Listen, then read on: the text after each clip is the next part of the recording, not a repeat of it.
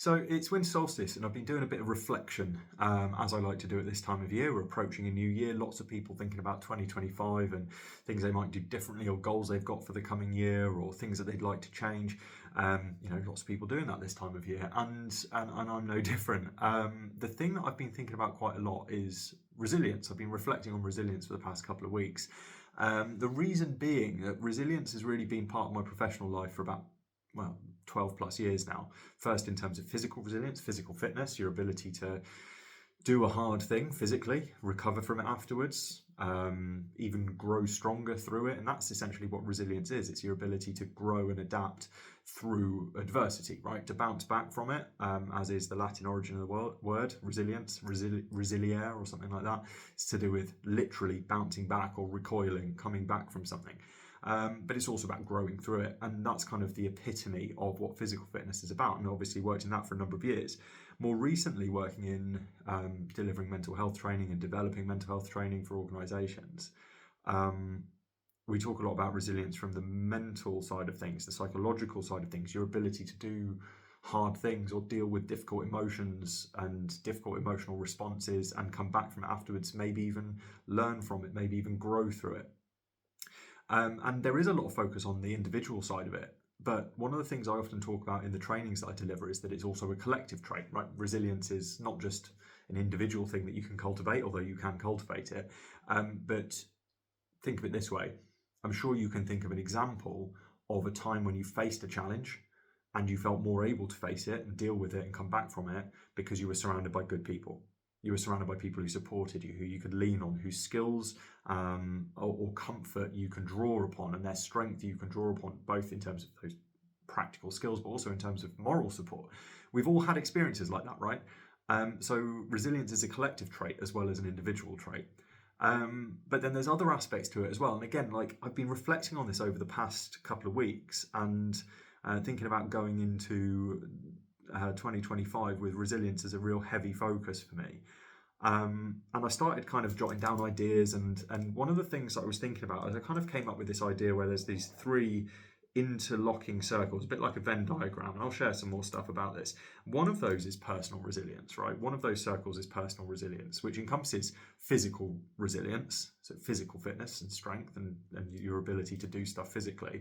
It also encompasses psychological resilience, so your ability to cope with and recover from mental stress and strain and adversity, and to grow through that and come back from it.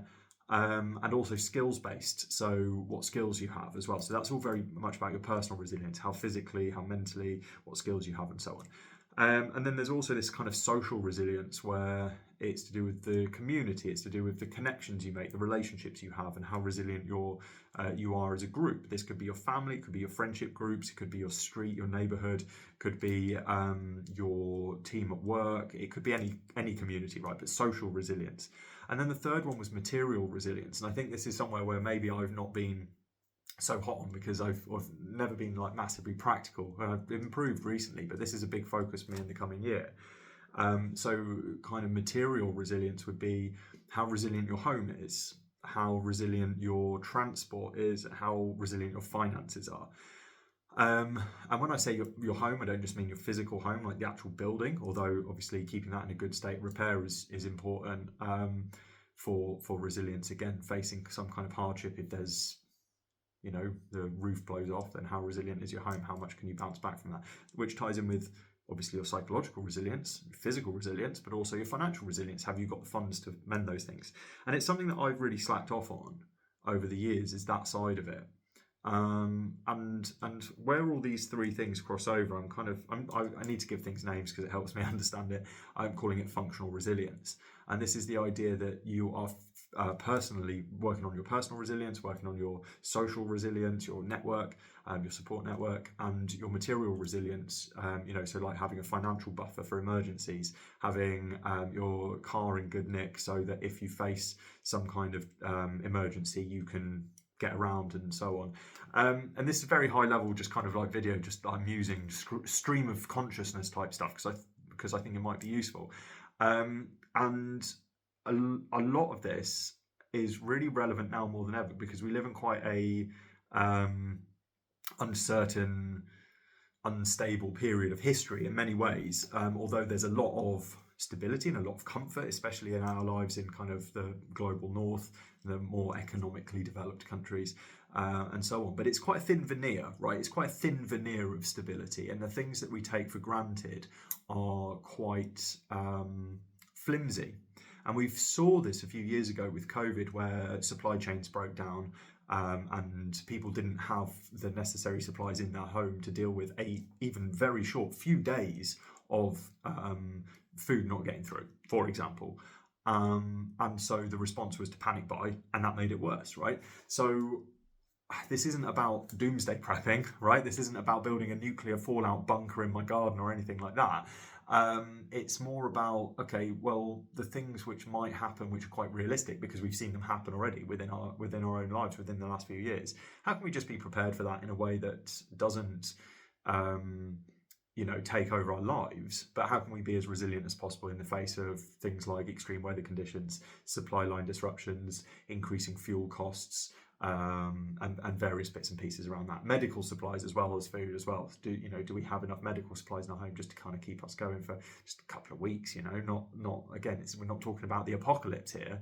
And so yeah, for me, this is kind of like a goal going into 2025 is to continue working on my physical resilience, which I do anyway, to continue working on my psychological resilience, which I do anyway, and I've been doing for a number of years, to build some more skills, some more practical skills around home maintenance and repair, to build some more practical skills around vehicle maintenance and repair, also growing food and things like that, and sorting out my finances, paying down debts, creating a financial buffer for emergencies, emergency fund kind of thing for if it's needed, and strengthening networks with kind of local community as well, so kind of mutual aid networks and things like that. And this, in my mind, is something that's very grassroots and something that we can do and almost embody the principles of anarcho-communism, for example, where you're relying on each other rather than relying on kind of the powers that be in a very centralized way to provide for you. Because we can't always guarantee that those things will always be there for us. And this isn't a hyper-individualized resilience or a hyper-individualized readiness. It's a community thing. And part of this, what I'm going to do, and I've realised this video's gone on way longer than I planned it to, is to document it a little bit. Because I'm kind of, although I've worked on resilience and I've kind of got a good understanding of physical and psychological resilience, and I've got a good support network already, and I'm kind of starting from a bit of an understanding. There's a lot of stuff here which I am absolutely starting from scratch on. I don't have the first clue about vehicle repairs. Don't have the first clue about, I've got a job where in the home, I need to panel in some loft insulation. Just panel it in so that we're losing less heat. No idea where to start with that.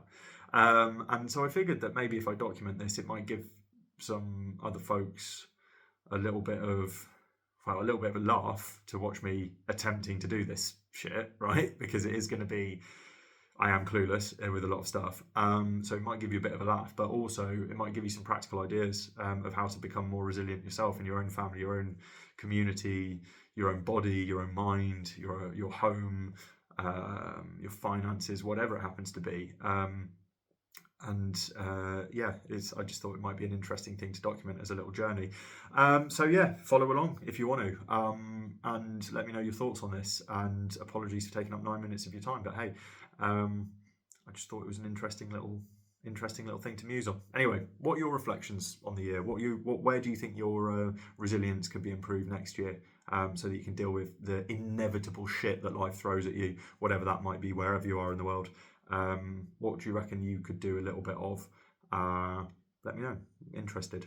Anyway, have a good one, folks. Happy Solstice.